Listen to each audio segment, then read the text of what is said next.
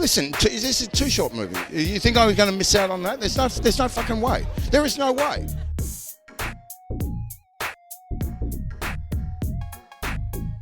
Welcome to Bitch Talk. I'm your host, Erin. And I'm co-host Ange, aka Captain Party. And for more than 11 years, the show has celebrated underrepresented voices in pop culture and beyond. But not in the snore kind of way, which is why our listeners and followers have graciously voted us Best of the Bay, Best Podcast on 48 Hills for 3 years in a row. Three-peat, bitches. If you like what you hear, follow us on Instagram and check out our website, Bitch Talk Podcast, and rate us wherever you listen to podcasts. We're begging you to judge us. When does that ever happen? Oh, you're not going to say anything? Oh, what'd I say? Yeah. Yeah. Okay, on that note, on with the show. Clink. What's up, Bitch Talkers? It is Freaky Fridays on Bitch Talk because we're celebrating the theatrical release of Freaky Tales. This is a film that has 4 interconnected stories, sort of like a Pulp Fiction style, but it's set in 1987 Oakland. And these stories eventually intertwine and twist and connect in all sorts of freaky ways. So this episode is going to bring you to the Grand Lake Theater in Oakland for the Oakland premiere of Freaky Tales, which I was very excited to cover the red carpet of. And it's actually in theaters today. So go check your local theaters. From the visuals to the music, this film is definitely one for the big screen. But to get back to today's episode, you're going to have to excuse my excitement. My voice may get a little loud. Please excuse the audio levels at times. I was just having way too much fun. So much fun, in fact, that I realized in listening to it that I forgot to have 2 people introduce themselves. So I want to right now make sure that everybody loudly and proudly is represented on this episode in order. This is who you're going to hear from. Golden State Warriors legend, Sleepy Floyd. Comedian all-star Lunel, who made me almost pee my pants. Thank you. Oakland rapper Pilo. Another Oakland rapper, Simba, who plays Too Short in the film. We have Martine, who plays Kohlrabi. Zhang Yu, who plays Tina. Jack Champion, who plays Lucid. D'Angelo Mixon, who plays the Mixtape Kid. Natalia Dominguez, who plays Pedro Pascal's wife. No big deal. Shay Lemley, who is our costume designer. And damn, she was looking fly. Go to our Instagram page for a photo of what she was wearing that evening because it was incredible. We have Dominique Thorne, who plays Barbie. Jay Walt, Oakland rapper, who's there to represent. We have the great Ben Mendelsohn, who plays the guy who is just hilarious. One of my personal favorites, Jordan Gomez, aka Suave de la Stunna. He plays Lenny G, and he is a character. I have a lot of fun with him.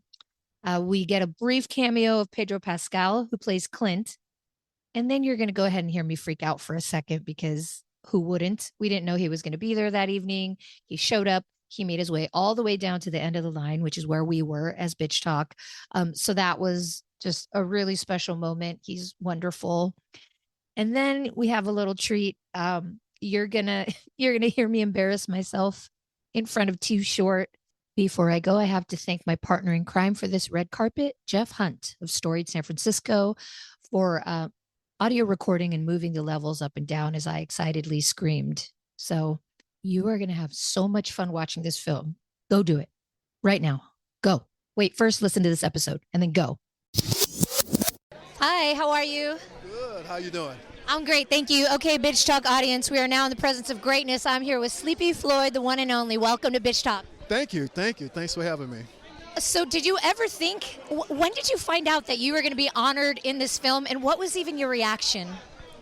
I had no idea that this was coming. When they reached out to me and we had a Zoom call about it, they asked me, do you want to be a part of it? I'm like, are y'all just asking? I mean, you don't even have to ask me that, especially when they told me what it was about, love story to Oakland, and it was going to be capturing a lot of what Oakland is all about, some of the historic locations and some of the challenges that Oakland was going through at the time. socially and some of the racism issues that was happening back then. And it was going to be incorporated into this movie very subtly, not anything over the top, and highlight the 1987 game, bring attention to that, and bring attention to the 80s, man. The 80s was fabulous, so I was so excited. So the director has said that he's been inspired by your game in '87 ever since. Can you talk about that night? What do you remember about that night and just the magic that was in the air? And I have to say, I'm from LA, so I was growing up watching the Showtime Lakers and Magic Johnson. So I can't imagine what it was like from your end. Oh, I mean, the fact that we were playing against the Lakers meant so much more because you knew the rivalry, but, you know, it was the Lakers and then everybody else. So, and we were just trying to make our mark as a team. We were trying to establish ourselves as one of the more competitive teams in the league at the time, and just having an opportunity to go against a great team with Kareem Abdul-Jabbar and James Worthy and Magic Johnson and that whole crew. And to be able to get one game off them was a great challenge for us. And it took a game like we had that night just to get one game off those guys. And they were a big trash-talking team, so we had to get them back for at least one game. So, what did you do to celebrate that night? Well, my mom was Mother's Day that night, so my mother was in town, my sisters was in town, so I spent the night hanging out with them. That's how I celebrated that game.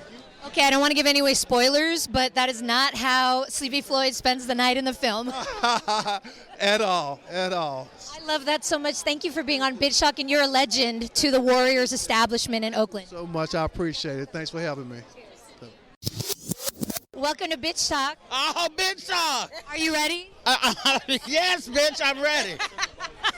Can you introduce yourself to our audience? Not that you need it. Yeah, I'm Lunell, comedian extraordinaire. This is my daughter, Danelle, who's in the film, dances in the film. And we're just really glad to be here to celebrate Short, this accomplishment. I know he's been working on this a long time. I remember when it was just in the talking stages. We just worked together in December at the Paramount, so it's a good look. It's a special vibe tonight, 1,000,000%, especially for us locals. So can you, this film was based in 1987. Do you remember what you were up to in 1987? Let me see, 77, I graduated high school. 87, it wasn't nothing I can talk about on camera. No, give us a freaky tale, please. No, I was running around up and through here with several guys who lived all up and through here. And just doing things all around here, around the lake, because the lake was popping in 87. It was. You are from the Bay. You know how to keep it right and tight. You don't give too much info. No, not too much. I've been to court before, so I know how to only answer the question. Well, enjoy the film. Thank you so much for talking. Thank you. You're a boss for being out here with no coat on. How do you do it? Menopause, hot flash. Oh, that's a freaky tale right there. Cheers. Thank you. Talk. Hey. I go by the name of Pilo. I'm here for Freaky Tales, here to support the Bay Area, here to support Oakland, and here to support some friends that are in the movie as well. I love it. And can you tell our audience what makes Oakland so freaky? Oh man, the people, the rare, unique spirit that the people of Oakland have, and it's amazing. It's amazing.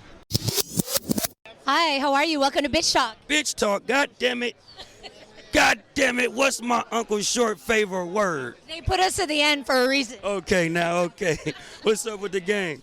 Okay, so you played Too Short, no big deal. Kind of big shoes to fill. Very big deal. Kind of big shoes to fill. Did he give you any advice on how to play him? Yeah, so I texted him, and he sent me a couple videos and some interviews. And he was like, just embody this and you'll be all right. So I studied those music videos, studied his mannerism to the way he walked, the way he talked, timing of his speech, everything. I studied it to the core, so by the time I showed up to set, we was ready to film. Was he on set while you were recording? Because I can't imagine the stress of, like, being him, rapping his songs with him watching. That's a great question. He wasn't there, and what's crazy is if he was there, I probably would have felt a lot more pressure. So he wasn't there, and I was so engulfed in the role at the time, like I was just literally like tunnel focused, just trying to knock it out. So if he was there, probably would have broke my focus. Okay, so what do you hope people get out of Oakland from watching this film that they haven't known before? Our culture in the Bay Area as a whole, not just Oakland, San Francisco, Richmond, Marine, everywhere, just San Jose, you know, everywhere we from in these places of the Bay Area. I think Freaky Tales did a great job at capturing our culture and the different ethnicities and the different groups of people that's here and kind of how we all come together as a melting pot to make us one. Perfectly said. You did too short justice, so congratulations. Thank you. For sure. My name's Martine, and I play Cole Robbie. Okay, and this is a podcast, so nobody can see, but you are rocking a Raiders jacket right now, Mart. And I'd like to know, are you from Oakland? I'm from Berkeley. Well, I was born in Berkeley. I grew up in 7 different cities in the East Bay, so I just say East Bay. Oh, I love that so much. Did you know that the Raiders used to be in L.A., which when I was growing up? I did. You know what's crazy is I actually found that out recently, but I was like, you know what? I'm going to support it anyway because it's authentic 80s. No, and I love that, though. We can share it, and that can be our shared experience. 100%. Okay, so what do you hope people take away from this film in regards to Oakland and what it represents about Oakland?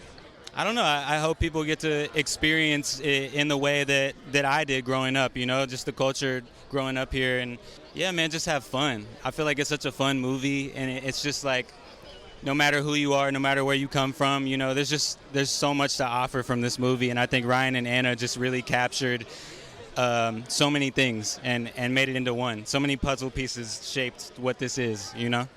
It is. It's an all-encapsulating film, and there's 4 separate chapters. So what's another chapter of the film that you wish you could have been in as well? Oh, man, great question.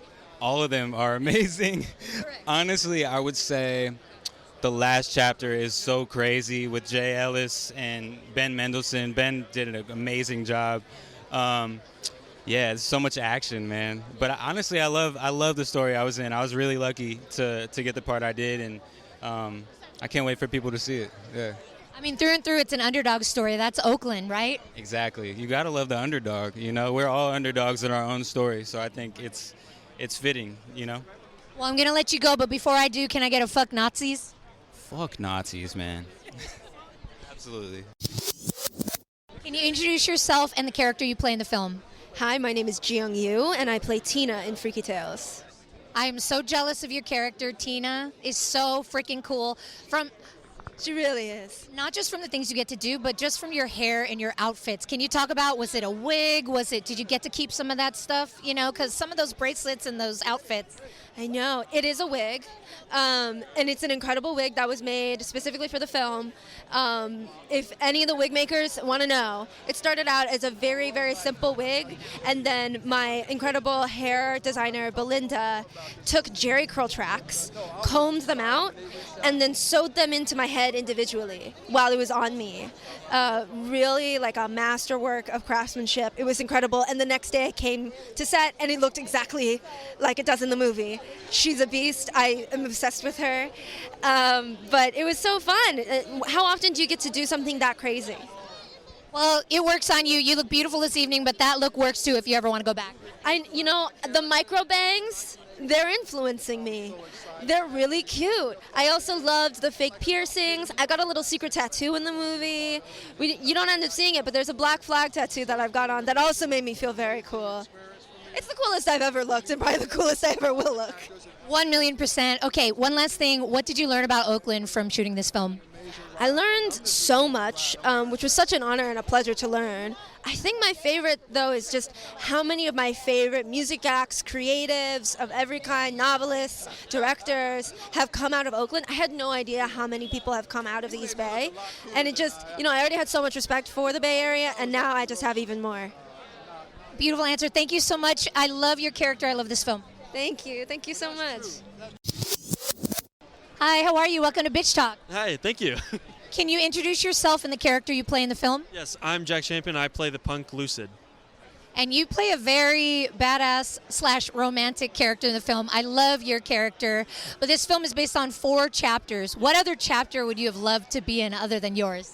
I mean, Sleepy Floyd's one is pretty badass. You know what I mean? Like he carves up a lot of people with that samurai sword. So spoiler alert. So hey, I don't know. Definitely that one. What did you learn about Oakland in tapping into your character? I don't know. I feel like it's definitely like there's like a certain kind of like, and especially the punk scene in Oakland is it's very grungy. It's very like, I don't know. There's definitely like a certain feel that that I met some of the real punks from Gilman, and I don't know. You just kind of get their vibe, and you, as an act, you try your best to replicate that.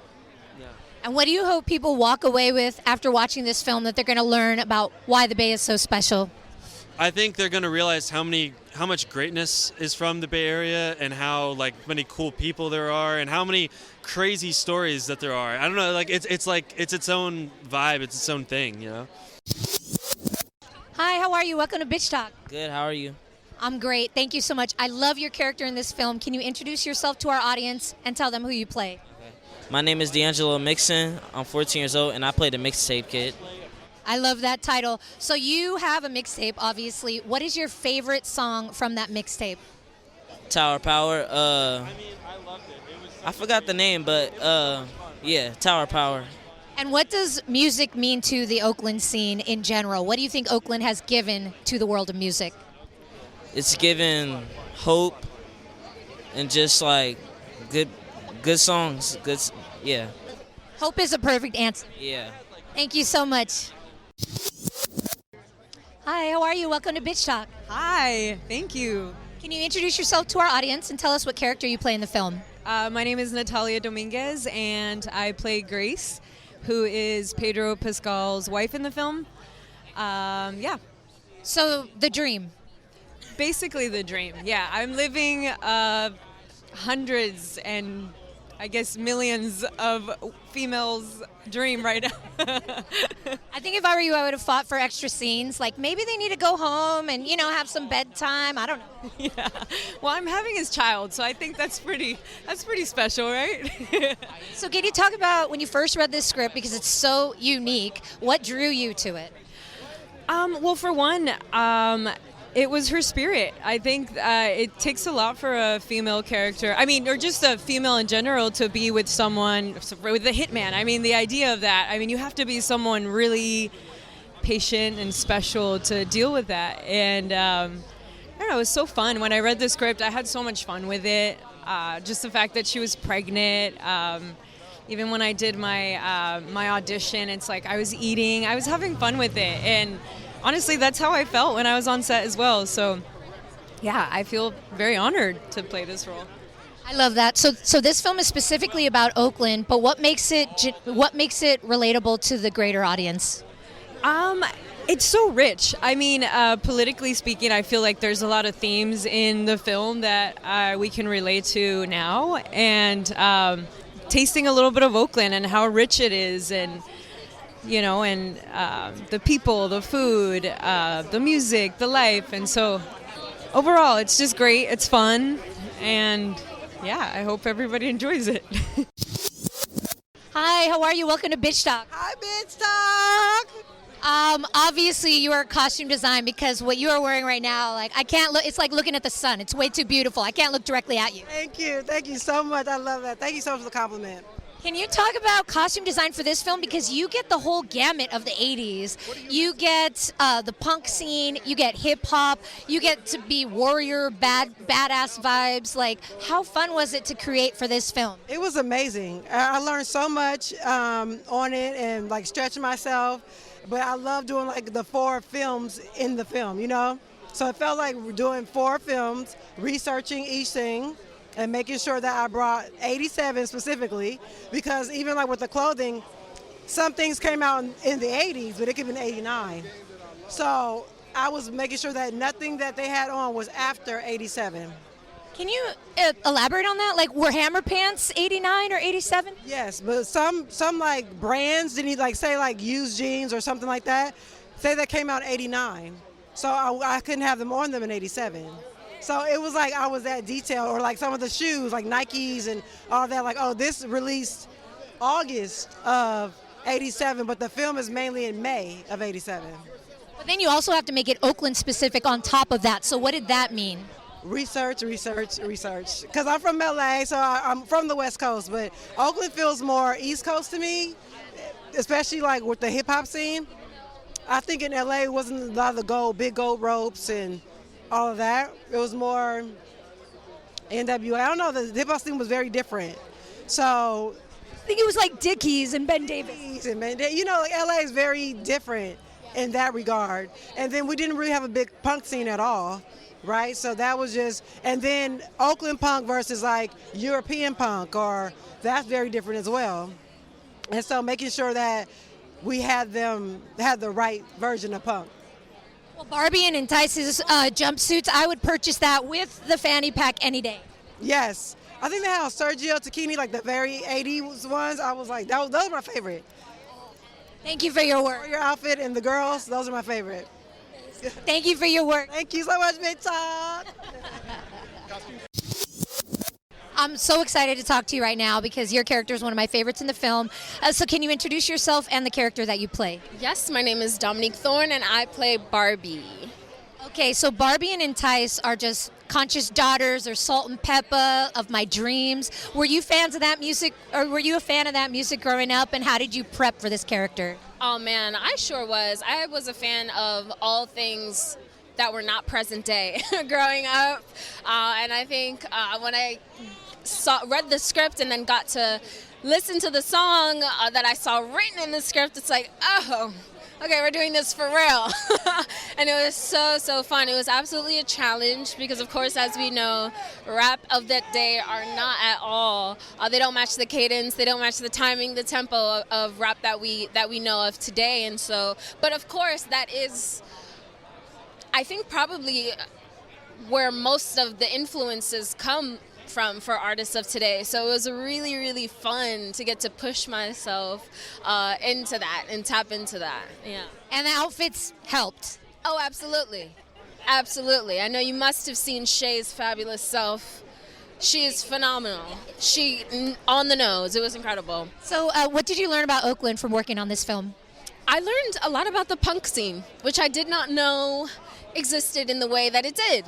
And that was really cool to see that juxtaposed, but also supporting the hip hop of the time, which of course I was a bit more familiar with. So that was really beautiful, I think, to see all of these different worlds come to life, as you must have, intuited that it existed, but to get to see it represented in this way was so beautiful. Exactly. We like to think that we're all separated, but we all are connected, and we all collectively believe in fuck the Nazis, right? That's right. That's right. Cheers. Thank you for your work. I love the film. Thank you so much. Can you introduce yourself to our audience and tell us why it was so important for you to be here tonight? Yeah, what's going on, y'all? It's your boy Jay Walt. What makes it so important is, first of all, I'm straight from Oakland, you know what I'm saying? So born and raised out of East Oakland, California. And it's only right. I like to come out with stuff that really supports the town, represents Oakland. I have a lot of family within the film as well, like my brother Simba over here, one of my closest friends who I also went to high school with, Angus Cloud, was in the film. It's definitely emotional to be here right now, as this is one of the last times I get to see my brother on the big screen. But it just feels good to be here right now, being able to represent Oakland, California. Absolutely, and he steals the screen as he always has. So before you go, what makes Oakland so freaky? What makes Oakland so freaky? I think there's a lot of things. One of the things that make Oakland so freaky, I think, is just the people out here. You know what I'm saying? We just move different, and like freaky in a good way. You know what I'm saying? Like not like what you think about like freaky. Like we just different. Like I've been able to travel all around the world, and there's no place like Oakland. Like Oakland is just so different. So I think that's what makes it freaky, the people, as well as just like just Oakland itself, like the city, you know what I'm saying, is different. So that's what makes Oakland freaky. Hi, how are you? Welcome to Bitch Talk. Oh, it's lovely to be on Bitch Talk. So can you introduce yourself to our audience and the character that you play in the film? Certainly. My name is Ben Mendelsohn, and I play, I play the nasty cop, The guy. Yeah, the guy. Yeah. Okay, because you play the film's villain, I just want to get this out of the way. It's easy to confuse fiction with reality. Fuck Nazis, right? Oh, listen, we don't even, it goes unsaid, you know what I mean? Like, there are certain hard and fast rules in that, and, I'm with you. So I want to hear about your experience reading this film script for the first time. It's unlike any other, and especially the Oakland specificness of it. Like, what did you learn in reading the script, and why did you have to do it? Oh, it's Ryan and Anna. Ryan and Anna, I've worked with Ryan Fleck and Anna Bowden. I've done this is I think the 4th or 5th thing I've done with them. So, that's it. Listen, this is a Too Short movie. You think I was going to miss out on that? There's no fucking way. There is no way. I mean, I come to Too Short quite late. I get introduced by Big Boy, right? For Your Sorrows. That's my first proper intro. And then, just to be a part of that, forget about it. It's just forget about it, Did you learn any Oakland slang in the interim? Can you give us something? No, I can't give you nothing. And I mean, listen, I make a fool of myself enough, without having to go into extra time, blow the whistle, as it were. But I want to pay special mention to Angus Cloud, who is a Bay Area local and who left us too soon. Who was really, extraordinary and beautiful. I think his mum's here tonight, and stay safe out there, people. Love. Thank you for saying that, Ben. Not at all. Appreciate you. Appreciate you. Thank you. Thank you so much. I appreciate you. No, I did my best to remember. I didn't want to forget. I like your outfit too. Thank you so much. Likewise. My brand still winning, love winning. Me and my brother collaborated, made this dope sweatsuit, and I wore it on the carpet because in the movie, all I'm doing is rocking sweatsuits. So we had to get the drop ready for the movie, you know what I'm saying? I love that. And on that note, can you introduce yourself and the character that you play in the film? Hey, look, my name is Jordan Gomes, a.k.a. Stunnaman 02, a.k.a. Suave de la Stunna, a.k.a. Don de la Palabra, a.k.a. Nigel Standards. And I play Lenny G, based off the character Freddie B. Why were you born for this role? I feel like I embody what they think the culture is. You know what I'm saying? I feel like I embody what an up-and-coming rapper who is finding his own way but still able to give an opportunity means, you know what I'm saying? So I think I resonated with it because I just love music and I love acting as well. So for this to be my second film and I'm 02, I feel like it was just in the fate. It was in the stars, you know what I'm saying? And also I feel like this role called me to elevate what I'm doing acting-wise and to confirm to me like, hey, this is what you're supposed to be doing. So don't feel like you can't be with these other people who've been doing this and not succeed or execute or give the film what it needs, give to the people. So, You belong here, in other words. Yeah, exactly. It was a reminder. What do you think is a misconception about Oakland that you want to set straight? A misconception. Dang, you guys have some good questions right there. Who is this? Hey, so what's your name again? Bitch Talk. Bitch Talk, all right. Bitch? Hey, you talked to Too Short already? Oh, yeah, where he at? I don't know. He's somewhere over here. Yeah, he's somewhere over here. I don't know where he at. I'm gonna tell him to stop here because this is going to be his favorite spot. But y'all have to put this hood on real quick because it has silk in the inside, you feel me? Shout out to everybody listening. Make sure y'all go check these out on stillwinningllc.com. And we funding for our own movies. We're going to have a whole bunch of dope movies here, not just in the town, but in Frisco, all over the Bay, and all over the West Coast. My manager calling me real quick. Hey, Bug, we right here in the front. We're doing an interview. Hi. Yeah, we're doing an interview. Yep. All right, for sure. We right here. But what did you ask? What was the question again? Misconception about Oakland that you want to set straight. I think a misconception about Oakland and just the Bay is that it's dead. And it's like I feel like a lot of people, due to gentrification and due to all of the stuff that's been happening, this is actually a resurgence, you feel me? It's a joke into the community, not just with the film, but what's actually happening here. It's a resurgence because of All-Star Weekend. It's a resurgence because of the arts. It's a resurgence with just everything. And I feel like the misconception of Oakland being dead, the Bay being dead, if it is, then this is the Phoenix. This is the moment you realize exactly and it's going to be better than anything we ever seen. It's going to be the independence of what we loved about the 90s and the early 2000s mixed with a new place that's uncharted with the film. The Bay is going to emerge as one of the helms for film. Behind the scenes, they fighting for it. Rafael Casal, David Diggs, people like my guy Zacchaeus. He about to shoot his own film. You got to interview him after. People like Jordan Gomes, myself. Bitch Talk. Bitch! Puta madre, cállate la boca ahora. You know what I'm saying? Hey, look, but yeah, so the Bay ain't dead. Oakland ain't dead. It's alive and well, and the world about to see, the universe. I can't wait to see what you do next. What, rom-com, cowboy, western? Name your top 5 movies I should do.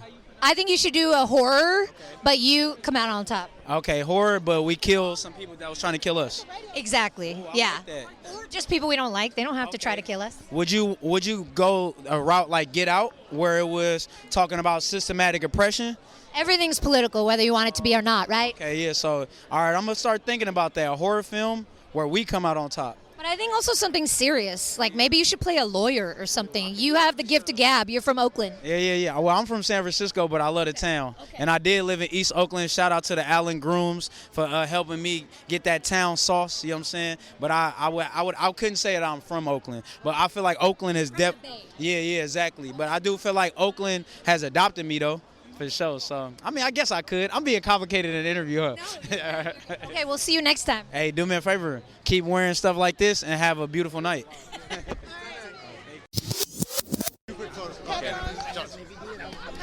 the underdogs. We're on the end. Oh, yeah? You're the very end of the line? So we go with the film. Save the best for last.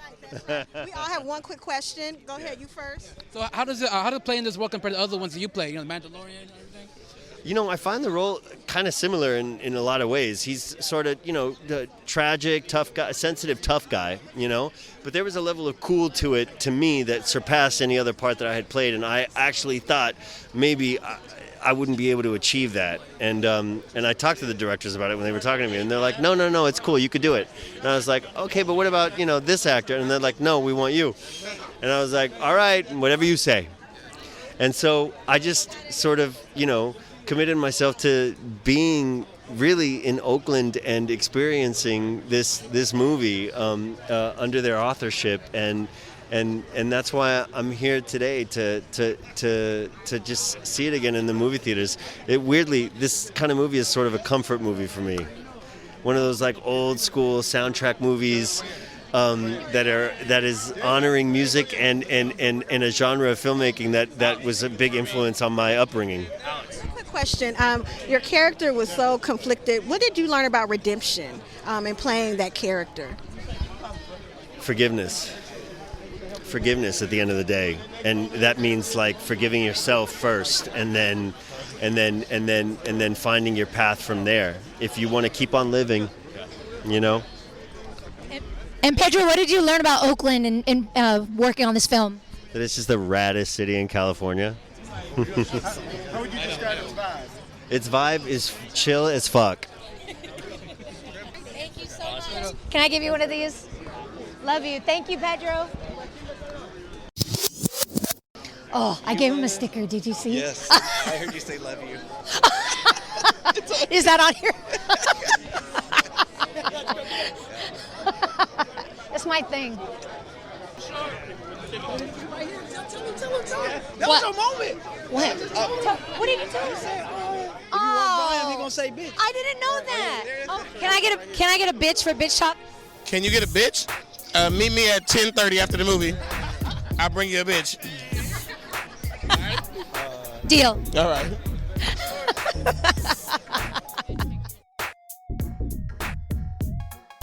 Thanks for joining us on today's show. You can find more information about this episode in our show notes. If you're missing us, you can visit us at bitchtalkpodcast.com to sign up for our newsletter and buy us a cup of coffee. Did you know we're also on the radio? You can find us at bff.fm. And lastly, rate and subscribe wherever you listen to podcasts. All the cool bitches are doing it.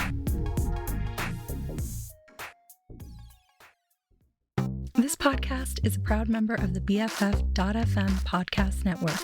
Learn more at podcast.bff.fm. BFF.fm, best frequencies forever.